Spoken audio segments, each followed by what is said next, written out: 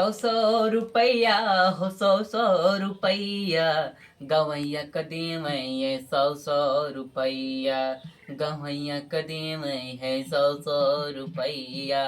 सौ रुपया तो लेके चले गवैया, सौ रुपया तो लेके चले गवैया। हंसे बोले हो, हंसे बोले हो, मुस्कुरावे सौ रुपया।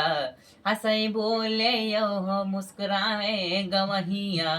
बगले में बगले में पहुँचे, अरे बगले में पहुँचे, बजरिए पे पहुँचे। मछली खरीदे हो, सौ रुपया। सौ रुपया तो बूढ़ा हमर देहली, सौ रुपया तो बूढ़ा हमर देहली। वही के मछली खरीद ले ही, वही के मछली खरीद ले ही। चला घरवा, चला घरवा तो मछली बनाई ली हेली। चला घरवा तो मछली बनाई ली हेली। सुबह जब होई बंटी बबली ताई, सुबह जब होई ए बंटी बबली ताई। वही के खातिर, वही के खातिर रिसियाले बलमुआ, वही के खातिर रिसियाले बलमुआ।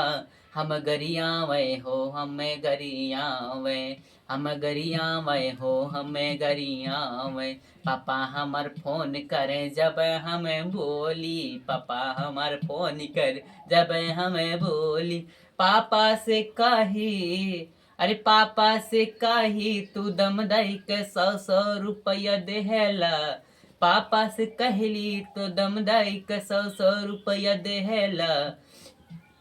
पापा से कहली ये सौ रुपया देहला दम दके। वही खातिर बंटी ये बबली खातिर सियान बा, वही खातिर बंटी बबली के खातिर सियान बा। बंटी बबली ते के खातिर रिसियान बा, बंटी बबली खातिर रिसियान बा। नया नया कपड़ा के, अरे नया नया कपड़ा के पूरन कहावे, नया नया कपड़ा के पूरन कहवावे। वही खातिर हमर झगड़ा भइल बा, वही खातिर हमर झगड़ा भइल बा।